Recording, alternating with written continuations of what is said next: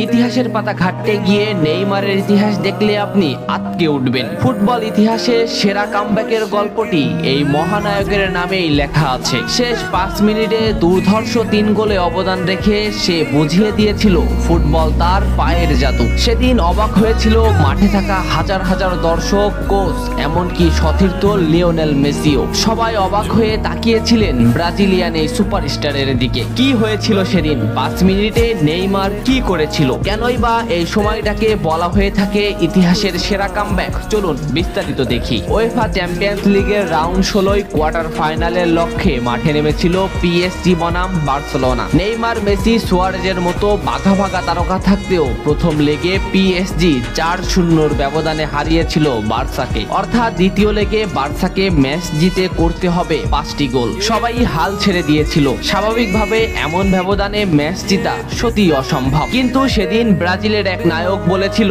এটা সম্ভব, আমরা এটা করে দেখাবো। যেভাবেই হোক না কেন আমরা দলকে ম্যাচ জেতাতে চাই। 2017 সালের 8 মার্চ অনুষ্ঠিত হয় এই ম্যাচের দ্বিতীয় লেগ। ম্যাচের শুরু থেকেই ক্ষিপ্ততা আর দক্ষতা দেখাতে শুরু করেন নেইমার। এই ম্যাচে যেন আবির্ভাব হয় কোনো এক নতুন নেইমারের। এই নেইমারকে তো কেউ চেনে না। ম্যাচের 3 মিনিটেই লুইস সুয়ারেজ পেয়ে যায় প্রথম গোলের দেখা। এরপর নেইমারের ক্ষিপ্ততায় একের পর এক আক্রমণ সাজাতে থাকে বার্সা। এদিন যেন নেইমারকে কোনোভাবেই আটকাতে পারছিল না পিএসজি। নেইমারকে আটকাতে একের পর এক ফাউলই বেছে নিয়েছিল তারা। ম্যাচের 40 মিনিটে লেভিনের আত্মঘাতী গোলে বার্সা পায় দ্বিতীয় গোলের দেখা। ম্যাচের 50 মিনিটে ক্ষিপ্ত থাকা নেইমারকে ডি বক্সের ভিতর ফাউল করে ফেলে দেওয়া হয়। এতে বার্সা পেয়ে যায় পেনাল্টি। পেনাল্টিতে গোল করে দলকে এগিয়ে নেন লিওনেল মেসি। তবে যেমনটা ভাবছিলেন এই ম্যাচের গল্প ফুটবল বিধাতা তেমন ভাবে লেখেননি। 62 মিনিটে বার্সার কফিনে শেষ প্যারাটা পুড়ে দেন এডিনসন কাভানি। এতেই স্তব্ধ হয়ে যায় ক্যাম্প নো।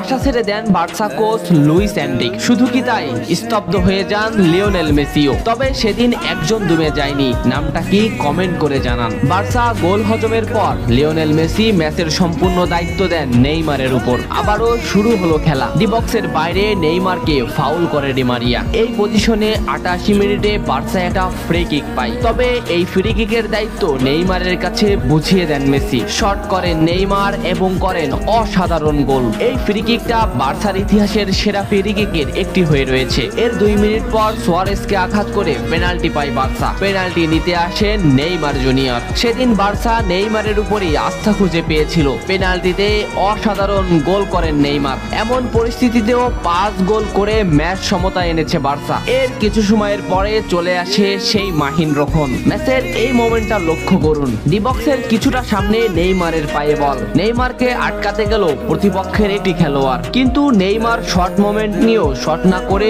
বলটি সামনে আগালেন। এই মোমেন্টটা লক্ষ্য করুন। নেইমার একবার গোলের দিকে তাকালেন। এতে সে বুঝে ফেলেছে কোথায় বলটি দিতে হবে। নেইমার শট নিলেন। আপনি সাধারণ চোখে এটাকে একটা শট দেখলেও এটা হলো সেই শট যা লিখেছিল ইতিহাসের সেরা কামব্যাকের অধ্যায়। নেইমার এমন ভাবে শটটি নিয়েছিলেন যাতে রবের্তো শুধু পা লাগিয়ে গোল করেছিলেন। শেষ 5 মিনিটে সেরা 3টি গোলে অবদান রেখে সেদিন ইতিহাসের সেরা কামব্যাকের নায়ক হয়েছিলেন ব্রাজিলিয়ান এই সুপারস্টার। সবাই যেখানে স্তব্ধ হয়ে গিয়েছিল, নেইমার সেখান থেকেই শুরু করেছিলেন। নেইমার বুঝিয়ে দিয়েছিলেন নিজের দৌড়ত্ব।